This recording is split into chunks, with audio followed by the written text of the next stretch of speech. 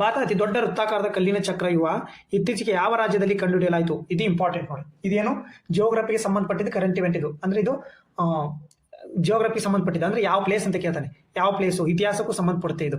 Option A Karnataka, option B Gujarat, option C Maharashtra, option D Rajasthan. ಇದಕ್ಕೆ ಸರಿಯಾದ ಉತ್ತರ ಬಂದ್ಬಿಟ್ಟು ಸ್ನೇಹಿತರೆ ಆಪ್ಷನ್ ಸಿ ಮಹಾರಾಷ್ಟ್ರ. ನೋಡಿ ಇಲ್ಲೇ ನೋಡಿ ಚಿತ್ರಗಳು ಕಾಣುತ್ತಲ್ಲ, ಇದೇನು ವೃತ್ತಾಕಾರದ ಕಲ್ಲಿನ ಚಕ್ರವ ಇತ್ತೀಚೆಗೆ ಪತ್ತೆ ಆಗಿತ್ತು. ಅಂದ್ರೆ ಪುರಾತತ್ವ ಶಾಸ್ತ್ರಜ್ಞರು ಕಂಡುಹಿಡಿದಾರೆ. ಇದು ಎದುರದ್ದು ಎಕ್ಸ್ಪ್ಲನೇಷನ್ ನೋಡ್ತಾ ಇಂಪಾರ್ಟೆಂಟ್ ಸ್ನೇಹಿತರೆ ಇದು.